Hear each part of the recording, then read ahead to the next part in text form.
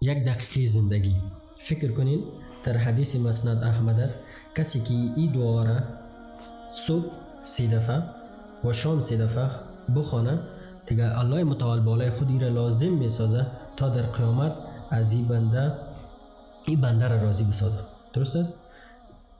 چی است؟ کلمه رضیت بالله ربا و بالاسلام دینا و بمحمد صلی الله علیه و سلم نبیه. 3 دفعه شما صبح و شام میخوانید. این فکر کنین که در یک روز شما چند دفعه گفته میتون چقدر شیرین است. رضیت بالله ربا، راضی هستیم با الله که رب ماست، و بالاسلام دینا، و با خاطر اسلام که دین ماست، و بمحمد صلی الله علیه و سلم رسول و نبیه که محمد الگو و پیامبر ماست. چقدر یک جمله پرمهر و پرمحبت، ولی ما غافل از 1 دقیقه هستیم.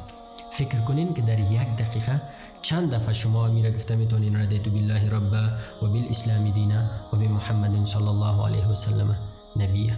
چند دفعه گفته میتونین؟ و مطمئن هستم 10 دفعه گفته میتونین. چقدر اجر عظیمه از دست میدیم از خاطر غفلت 1 دقیقه.